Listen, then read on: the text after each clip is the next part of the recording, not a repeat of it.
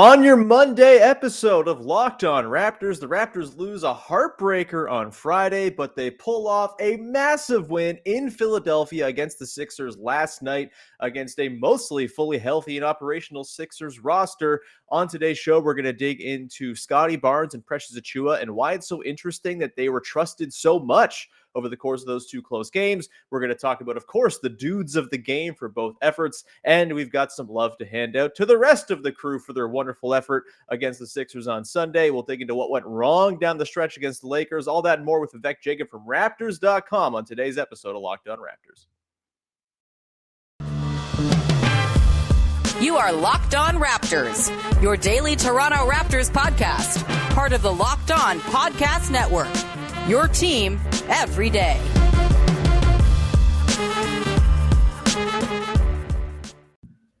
Hey, what's going on? Welcome to episode number 1142, I think, of Locked On Raptors for Monday, March the 21st. I'm your host, Sean Woodley of RaptorsHQ.com. You can find me on Twitter, as always, at WoodleySean. You can find the show at Locked On Raptors. And, of course, you can subscribe to, follow, rate, review the podcast wherever it is you get your favorite podcasts. We are up on all the apps. We're also on YouTube. You can go subscribe over there. We're over 1,700 subs now, pushing towards 1,750. Let's keep it going, baby. Thanks to everyone who has subscribed, and thanks in advance for you who is sitting on your couch yet to subscribe, who is about to step on in and dive in and do it. So please go do it. Anyway, let's get to today's show. Of course, your first listener today. Thank you very much for doing that and making us the first stop along your Raptors journey every day. And as a reminder, today's show is brought to you by our friends over at Bet Online, who have you covered this season with more props, odds, and lines than ever before. Bet Online is where the game starts. Let's get to it. The Raptors with a very entertaining weekend. They lose to the Lakers on Friday in what was a pretty fun way to spend a Friday night, all things told, even though they ended up losing it in very heartbreaking Russell Westbrookian fashion in this one. Still, lots of good things to pull from it. We'll dig into that. Plus, of course, a huge 93-88 win over the Sixers last night, setting up a massive game tonight against the Bulls, a team that is just now a game and a half ahead of the Raptors in the standings. Here to break it all down, get into our biggest takeaways from the weekend, is our pal Vivek Jacob from Raptors.com. Big V, how are you, man? I'm good, man. I am half in sundial mode. That kind of moved out once you got started, so that's good. But no, I enjoyed the Raptors win. It was a good weekend, so ready to talk some hoops. Yeah, man, it's a pretty exciting and fulsome weekend to dig into. We'll try to do what we do on these weekend episodes or weekend breakdown episodes and kind of amalgamate the two games and pull our biggest takeaways, because no one game really has that much, but two games, baby, that's 141st of the season. Let's dive in to our biggest takeaways from the weekend. Vivek, I will cede the floor to you. What are you thinking about here Monday morning after those games against the Lakers and Sixers over the weekend? I'm thinking that at no point will we be able to be sure of what to expect from this team. I mean, no. I mean, actually, I feel like things are actually going the other way. I know that was a popular takeaway that, you look at the results, and I can definitely see why you say that. But I thought the Lakers game, yeah, they started out slow, but they did start slow against Philly too. So I think the effort level is there. I think the synergy is coming together. They're probably, figuring out some stuff with Kem and Precious in the starting lineup together against Philly. Against the Lakers, I think that was a team that was very focused and determined after getting beat down by the Raptors in their own building, and then taking the L to Minnesota and Pat Bev going all over them. And oh man, it's so rough. It's so rough. Yeah. So I think there was a lot to that game. And then there was the end of game stuff that I'm sure Scottie will continue to learn from. But yeah, I think this team is shaping up nicely. I actually think they are peaking at the right time, and come hopefully the first round of the playoffs, they will be ready to give hell to whoever they get.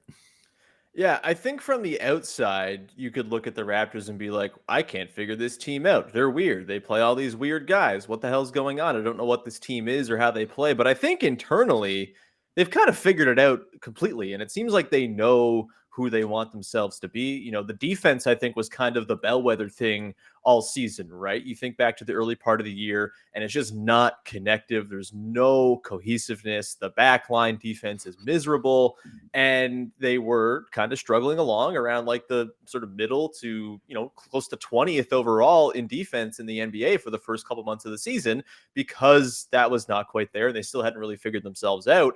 Now I think like the blueprint is pretty clear. They've got the defense kind of on a string now. I think Precious Achiuwa's sort of burgeoning rim protection over the course of the year has been a massive story, because his rim protection now makes it so you actually have that backline defender that they haven't really had for this overly aggressive scheme since Marc Gasol? Like, they didn't have it last year for damn sure. And it's kind of come together around Precious Achiuwa. And boy, do I have some thoughts on Precious Achiuwa we're going to get to probably in the second segment of the show. My God. But yeah, I think you're seeing them kind of know what they are, but there's also an element of them kind of testing the limits of some of their younger guys, right? And I think that was kind of, for me, the big takeaway, specifically from the Lakers game, but I think we kind of saw it come through in the Sixers game as well. As much as Pascal Siakam was instrumental to basically everything that happened on offense for the Raptors against Philly down the stretch, I do think they've given a lot of trust and a lot of responsibility down the stretch of these last two games to Precious Achiuwa and Scottie Barnes. And I like that. I think, it's easy to get caught up in, oh man, they're already a 40-win team and they're on their way to potentially flirting with like 47, 48 if things go right. And hey, are they going to get like fifth in the Eastern Conference? Like, that's very much on the table right now. But it also can't be lost that this is a season for learning and figuring out what you have in your guys and getting reps for younger guys. Start of the season, Nick Nurse, we're going to give Scottie all he can handle. And boy, oh boy, have they certainly done that. We saw what he did, obviously, in the Lakers game, and the just complete dominance, more or less, start to finish in that one over the Lakers until the last couple stretches of the game where young guy stuff happens, right? You have a turnover here, you flub an inbound late in the game, or if you get fouled, it's basically over there. And for me, I know people were pissed off about the Lakers game on Friday, losing that. I kind of chalk it up to insane karmic strangeness in a lot of ways with, the Russell Westbrook stuff. I mean, after the brick that he put up to almost seemingly kill the chances of winning for the Lakers, for him to come back and hit that miracle shot after moving his foot carefully off the line to hit it, like, tip your hat, I suppose, to Russell Westbrook for nailing that. And people were mad about it, and overtime didn't go super well. But I was fully okay with, hey, you know what? Scottie and Precious are the guys that got the Raptors to the late portions of that game. That's the time to let them try to figure it out and try to close a game on their own. It didn't quite work against the Lakers. Obviously, mistakes were made, but in a lot of ways, it worked pretty damn well against the Sixers. And I think they were sort of vindicated, even with the missed Scottie free throws late that seemed to threaten the whole idea of learning and then becoming a better person for it. I think Precious in particular is fantastic down the stretch, but they were running a lot of stuff through Scottie, relying on Scottie to be a guy in that sort of pick and roll action with Embiid and Harden with Precious. Like, I think they were vindicated for riding things out. Where are you at with the whole sort of balancing the development of these young guys and getting them reps versus, seeing, kind of prioritizing wins above all else and having Siakam kind of close the show and Fred when he's available as well? Yeah, I kind of look at it as just trying to maximize the ceiling for this whatever's left of this season and going forward, where, I would even, I know we talk about young guys, but I would even include Khem Birch in this, where Khem Birch said it himself. On another team, he's probably sitting at the end of the bench after the way he played, about a few weeks ago. And so I think the way Nick Nurse looks at it is kind of saying, hey, what am I going to need in the playoffs? And what do I need to do right now to give myself the best chance of having that available, right? And so you look at the options of that open up now with Precious being able to space the floor. You look at Scottie being a playmaker and being able to stabilize bench units. You look at Khem Birch and what he's giving you around the rim, or even on the blitz where he's able to stick with guards. Those are options that you need in the playoffs where, okay, they might struggle at times, but if it gets you closer to what you need, and not even just the playoffs in the seasons to come, then it's worth it. Like Nick Nurse, I think, is okay with having some failure. Like the one take I always hate is like, Nick will go to a lineup for 4 or 5 minutes, and it's like, why would you ever do that? Like, he has shown since the championship season. Like Nick said after the game, I didn't feel good about having Kem and Precious out there to start together, right? And he was like, but it was something we wanted to have a look at, so we're going to do it. Yeah. And this is how you achieve ultimate success, by not being afraid to fail. Yeah. And it kind of puzzles me sometimes that, that the Raptors have had the ultimate level of success by doing some funky things and experimenting and failing at times, but then also getting through it and figuring out other ways. And for them, it's kind of just like, hey, did we just, check all the boxes of what we have on our to-do list? And now we have all the information that we need or we wanted to make the right decision when it matters most. Yeah, Dwayne Casey hasn't been the coach of the Raptors for like 4 years now, but the memory should still sit in your brain as to like how stringent he was with his rotations. And all right, this is our guys, this is our 9-man crew, and we're going to play the exact same way every single night. We're going to win a lot of regular season games, but the playoffs are going to come. We're going to have no idea what the hell to do when things get weird. And boy, oh boy, are the Raptors positioned to know what to do when things get weird. Will it work all the time? Certainly not. They're still green. They're still young. They're still figuring things out. But, I think for me, when I was watching that Lakers game in particular on Friday night, and I guess it's kind of amplified by the fact that Siakam was able to take over and kind of be the guy who organized things against that really uncomfortable Sixers defense. But on Friday, I was just sitting there like, yeah, you know what?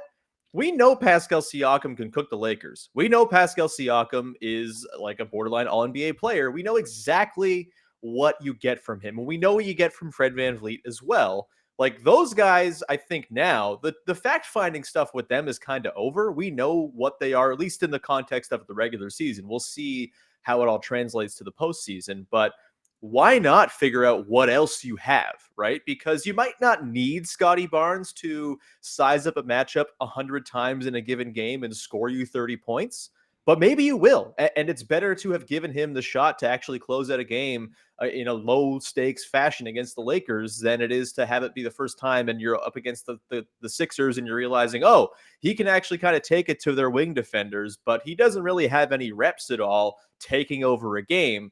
I'm glad to see that he was kind of emboldened. And he took 21 shots in both of these games. He didn't have a terribly efficient game on Sunday, but I do think it still kind of stands up that, give him the run, let him make mistakes now, let him succeed now, and it's going to benefit you down the line.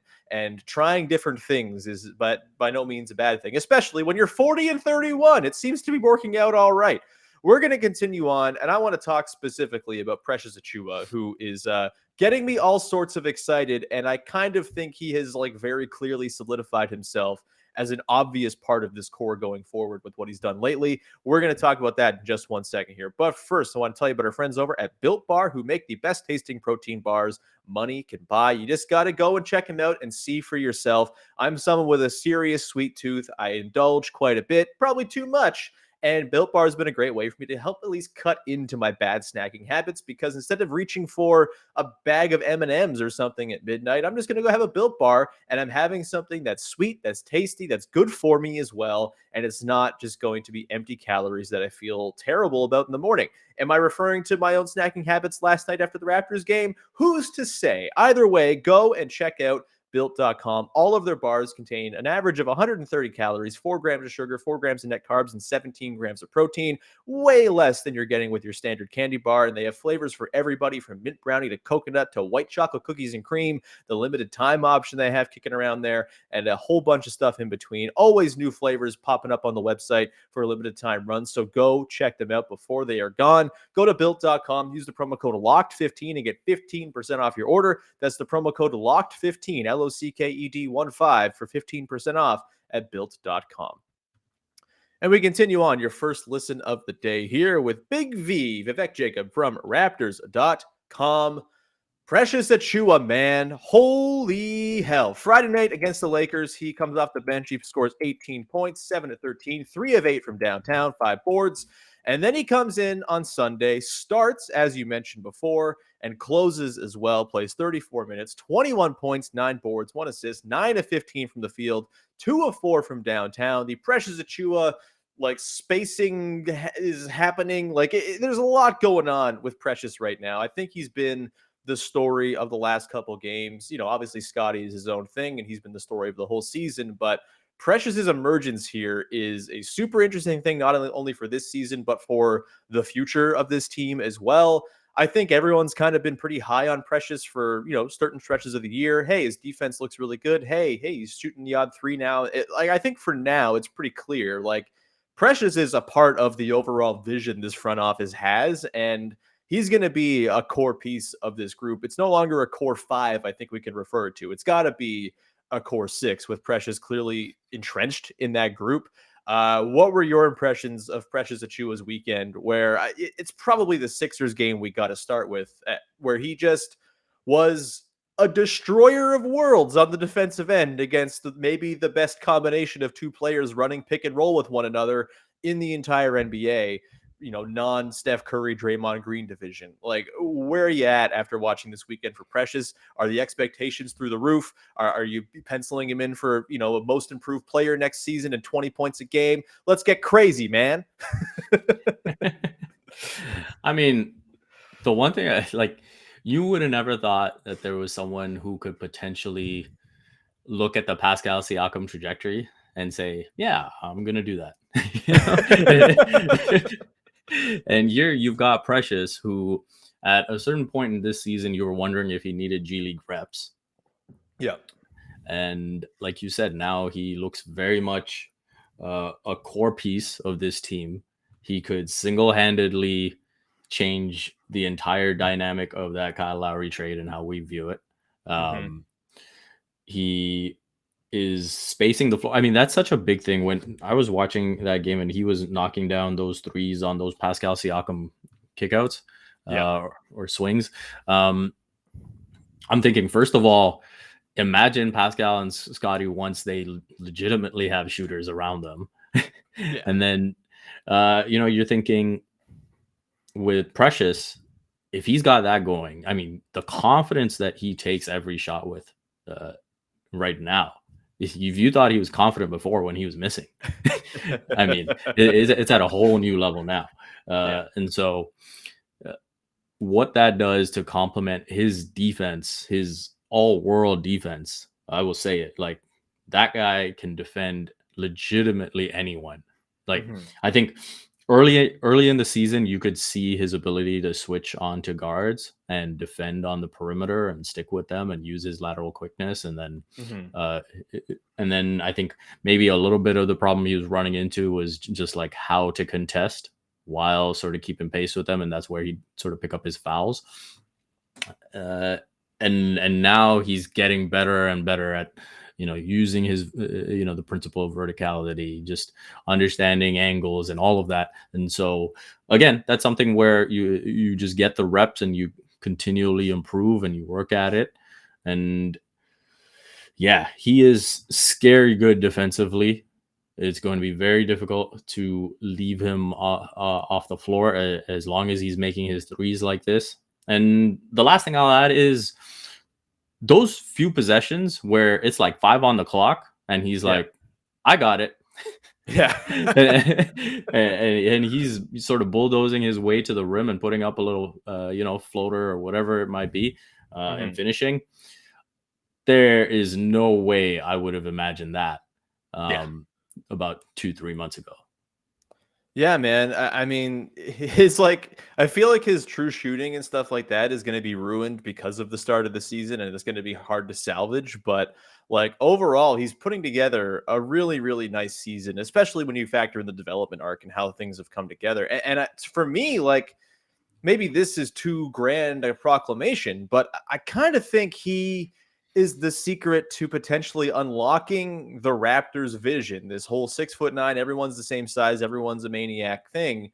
Like, Precious to me unlocks it in a way that nobody else on the team does and makes me think maybe they don't need to go get like a center, like a traditional center, right? Because he's playing the position with the same level of effect as most centers, right? Like he's one of their better rim protectors, if not their clear best rim protector. He guarded Joel Embiid pretty damn well, kind of just like taking those post up moves into his chest and not moving. The dude is incredibly strong.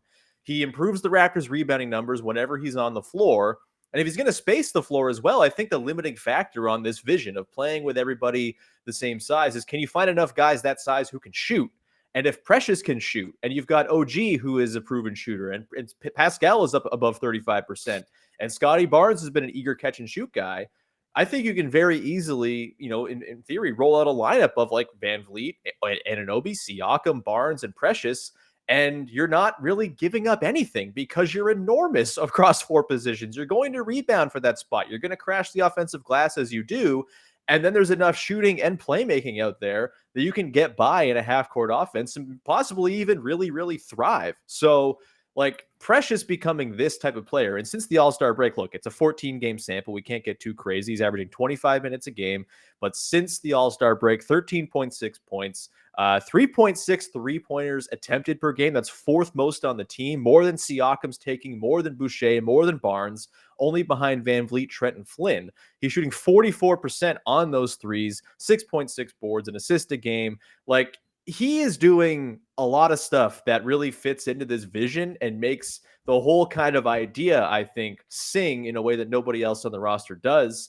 Am I crazy to suggest that like the vision could sustain itself on the back of what Precious Achiuwa is doing alone? Or do you think at still some point like they're going to have to say, you know what, we need someone who's 7 feet tall because that's just what everybody needs? I'm very much cooling on that idea if this is the Precious we're going to see. I think you're right in that, this is how this opens up the door for the Raptors to close games like this as soon as possible, and play key stretches of games like this for sure. I personally just prefer having the option, in case of emergency break glass, just to have that 7-footer available. So, has it shifted from me thinking that, you need a starting center that's 7 feet and can do this? Yeah, it has shifted. I would say I'm comfortable with just having, someone off the bench who's willing to give you, 10, 15 minutes a night, whatever it may be, and can step into that role where you're having a night where that type of guy is just really punishing you and you just need something different to turn to. Mm-hmm.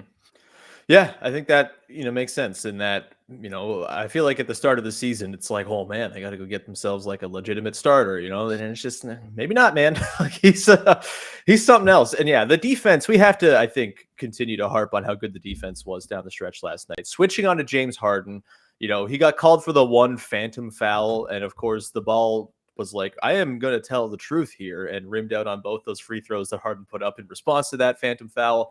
Again, the number of Will Lou posted like a video thread of all the different stuff Achiuwa did against Embiid, and just sort of, again, he was kind of bouncing off of Achiuwa. He's like 6 inches taller than him or whatever the hell he is. And it's just, he was that thick and sturdy and kind of allowed the Raptors time to send the help that they were sending towards Embiid to force those swings, make those difficult turnarounds even more difficult to get to for Embiid. Like just that little bit of resistance, which they have not always had, since Marc Gasol left against Embiid. And I mean, maybe we should stop framing it as a matchup the Raptors are going to have trouble with, right? Like We'll take a quick break. We're going to handle the dudes of the game, but I do want to talk about this because, maybe we have to throw away the notions that the Raptors can't handle Embiid without size, because they continue to do it every single time they play the Sixers. We're going to get to that in just one sec. We'll talk some playoff stuff and then, of course, hand out the dudes of the games for the last 2 games. That's coming up after we tell you about our friends over at Bet Online. It's that time of year again. College basketball's tournament is upon us. It has been wild. That TCU-Arizona game was insane. I'm glad I didn't put money on it because I was just enjoying Eddie Lampkin do his thing. But if you're someone who does want to put money on games, who thinks you can predict who's going to win in a way that I certainly cannot, then you should be going to Bet Online to get all the info you need before you place your bets. They are the best spot for your scores, podcasts, and news this season. They've got all the odds, contests, and player props that you need, and so much info for you, so you're never making a bet without being fully informed. And it's not just basketball. Bet Online is your continued source for all the sporting wagering information needs that you might have. You can do live betting. They have futures odds. For example, the NHL trade deadlines today. The updated odds for the Cup final will be released this afternoon. If you feel like you want to go put some money down on the Maple Leafs after getting Mark Giordano, you can go and do that, and you can have some good times over at Bet Online, betting all your favorite sports. You can head to their website or use a mobile device to sign up today and learn more about the trends and the action. Bet Online is where the game starts. All right, so picking up the thread from before the break, the Sixers have proven to be a team the Raptors can give some trouble to. The matchup was a fun one to think about going into last night, because the things the Sixers do well are things the Raptors exploit. And in theory, the things Raptors don't do well would be things that the Sixers can exploit. I'm thinking maybe sort of point of attack defense on quicker guards. Maybe James Harden is no longer a quicker guard, so that mitigates that. But Scottie Barnes certainly had some trouble with him. Obviously the Embiid factor is huge, and not having a Marc Gasol is always going to leave you feeling a little bit queasy. Although, as we've talked about, maybe things are coming around there. The Raptors are now 2-1 against the Sixers this year. They're 3-0 against the Bucks. They're 2-1 against the Heat. Let's keep it on the Sixers for 1 second. Thoughts on the idea that, I think most Raptors fans have kind of had them circled as the team they don't want to play in the first round. Having watched them last night and watched, the Harden and Embiid era so far, during which they're 8-3, by the way. They're not like losing games all over the place. They looked kind of embarrassing last night, but the Raptors have a way of making other teams look weird and unhappy and uncomfortable. Thoughts on this like Raptors-Sixers matchup, and is the Embiid boogeyman actually something to be feared, considering he's shooting like 36% against the Raptors since 2019 and is like 50% against the rest of the league? Like, it's very clearly a team that has solved him in some way, shape, or form. Whether that carries to the playoffs, I don't know. But are they the boogeyman that everyone has kind of painted them to be? Look, I think Nick Nurse knows how to make life difficult for the opposing team's best player. And then you have to look at what are the other guys going to bring to the table. Is there a way to make life difficult for James Harden? Yes. Mm-hmm. And then Maxey, I will say, is a scary dude as the third option. He's really tough. And that's another guy that we should probably include, those stretches when we're talking about Precious's defense. The fact that at times he was able to guard him too. Says a lot. Nuts. And so, does Tobias Harris scare you? No. Captain 2 for 13? No, he does not. Does Matisse Thybulle scare you? No. Let me just say something about Matisse Thybulle. All right. The man has hired a very good PR staff to do his bidding, because when you watch him play, yes, he's long. Yes, he can block threes. Yes, he gets steals. He did not stay in front of Pascal Siakam or Scottie Barnes like once last night. And that's his job, is to guard the opposing team's best player. He did not do that in any way. And he's also just like a complete zero on offense. Miss me with Matisse Thybulle propaganda. He's fine. He's not some like agent that's going to get them the title or anything. Rant over. Carry on. Yeah. No, I agree. I think Matisse is a very good defender, but I think he'd be pretty exposed without Joel Embiid. I think he's someone who really depends on recovery. And a lot of times you'll see his blocks, his steals. It's usually when he's trailing the play and he's recovering. And so part of that is, players getting ahead of him and then seeing Embiid and, pulling up in the mid-range or whatever it is, taking whatever they can get, right? And that opens up the door for him. You take away that level of rim protection, team, players are probably going in there a bit stronger or a bit faster, and that recovery doesn't look the same. So, that's my rant over as well. But he doesn't put any fear from me. Can I envision at the end of a game Mike Breen going bang for a Georges Niang 3-pointer? No, not really. Niang! So, like, you do what you can against the superstar that is Joel Embiid. And after that, I think the Raptors will take their chances. Obviously, you can see those stretches, in the playoffs. Ideally, the Raptors can't go 12, 13 shots in a row Yeah. without a make. And that's where Fred comes in. That's where hopefully OG is back and uh, being the guy that he can be. And so, yeah, I think the Raptors will just go into any series and say, yeah, there's ways to beat them. And, I think this team is very much on the rise. Like, if you're looking at Cleveland and thinking, oh boy, they could be really dangerous this next decade, like, you should be saying the same thing about the Raptors. I think the young pieces that they have, complemented by Siakam and Fred, Yeah. this team can be downright scary. And whatever way they fall short in this postseason, it's likely going to be because of inexperience. And shoot. Yeah. I'm with you, man. I think this weekend was a really exciting one if you're a Raptors fan. You not only saw what they did against the Sixers, who I think right now, just to kind of finish off that point, like, careful what you wish for. Want the Heat or the Bucks, man. I know the Raptors have performed well against those teams, but Giannis in the playoffs, like this version of Giannis in the playoffs, having won the title, I want no part of that. I'm good, like all set. And then with the Heat, like, I feel like you could ugly up a series and give them some trouble, but they're also really deep, and we know what Kyle Lowry can do, and I feel like he's got another level he's going to get to in the postseason. So, of those top three teams now, and I mean, the Celtics could easily be in that 3 seed very soon. They have just continued to steamroll teams and remain horrifying.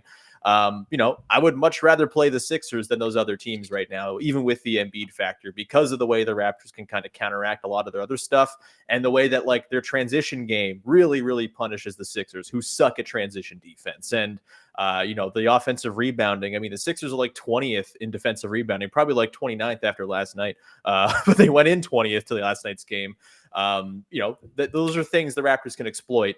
They are, to me, the team you want of those top three right now, at least. But yeah, back to the point of this weekend. I mean, Scottie Barnes going for 31, 17, and 6, like, just completely fingers on the pulse of that entire game, completely took it over. You combine like the idea of like a leveled up Barnes with what we're seeing from Precious, the nice signs we saw from Malachi Flynn before he got hurt. If he can be a bench piece next season, that's some extra shooting and ball handling that they desperately need. Like, next year's team could be a bear, man. Like, the way that it's all kind of coming together, you're looking at like, what, are you going to have 5 top 50 players on your roster? Like, Yeah. teams with that many good players don't mess around, and like that's quite an elixir. I'm looking forward to that. Anyway, quick due to the games here to hand out before we round up the show. I want to hand out the first one to for the Lakers game to Gary Trent Jr. Vivek. He had himself a really nice close to that game, and it has kind of I think really encapsulated what makes the Raptors so fun to watch late in games. Is that, I mean, we saw last night too, their defense can be their biggest crunch time weapon. And their biggest weapon on offense is not necessarily one guy. It's that all of the guys can kind of burn you. And Gary Trent Jr.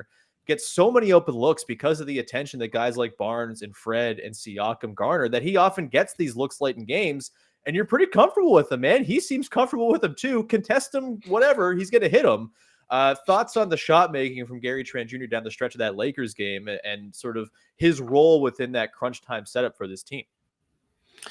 Yeah, I mean, Gary is always comfortable with Gary. There's no doubt about that. So no worries about him, taking a last shot or being used in the clutch. I think he's ready for the moment. He's hit some big shots in a Raptors uniform, and so I have no problem with that.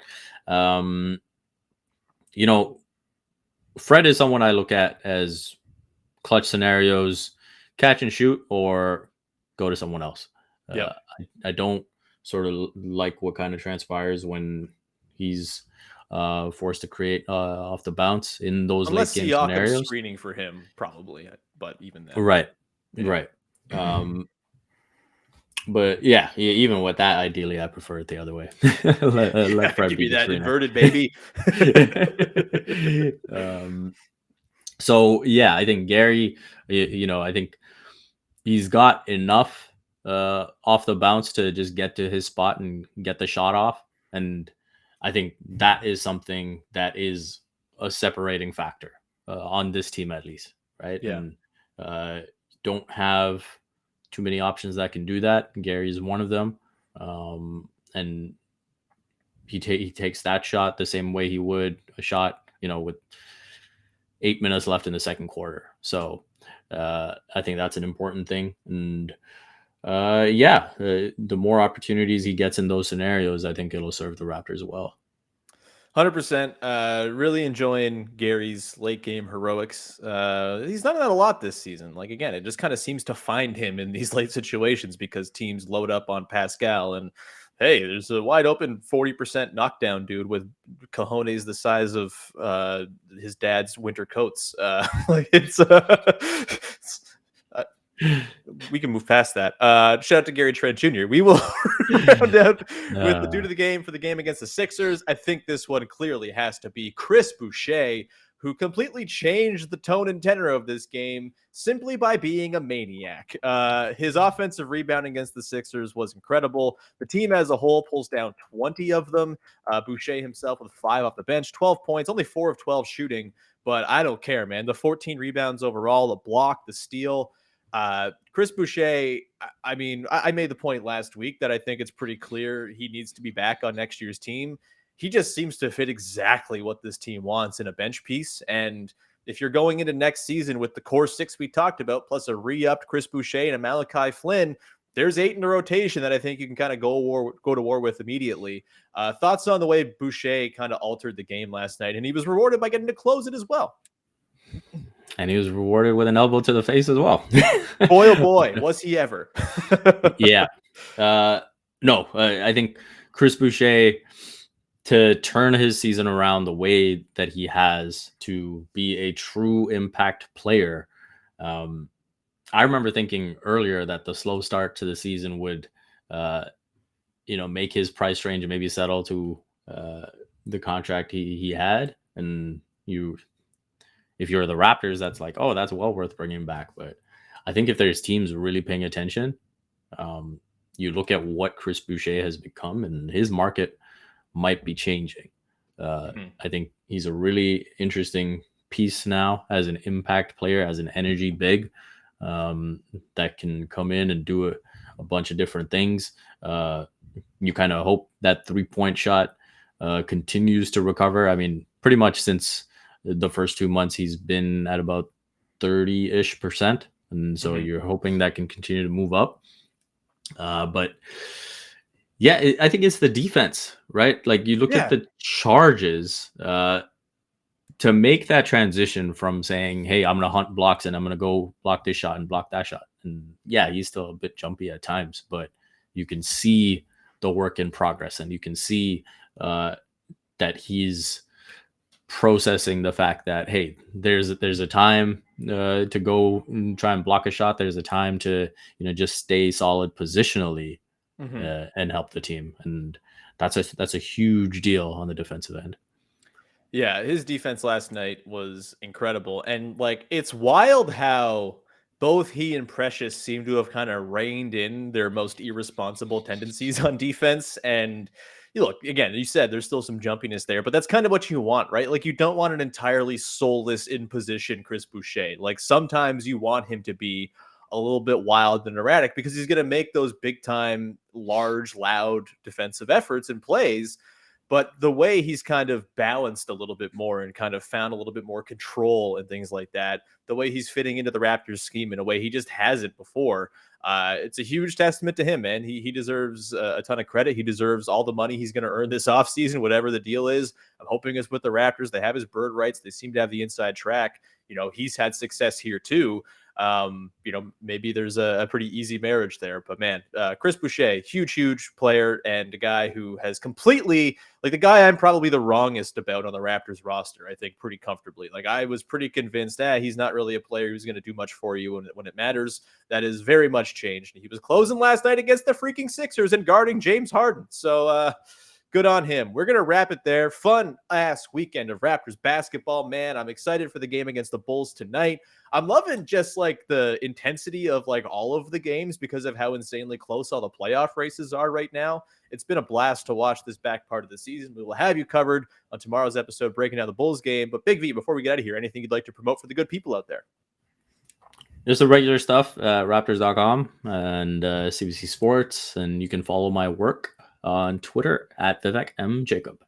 Go and follow our pal Big V. You can follow me at Woodley Sean. You can support the podcast wherever you get your podcasts. Follow, subscribe, rate, review on all the different apps. And you can go to YouTube and subscribe to the videos on there. Really nice week last week on the YouTube. So thanks to everyone who watched. Any new viewers or listeners, thanks for coming along for the ride.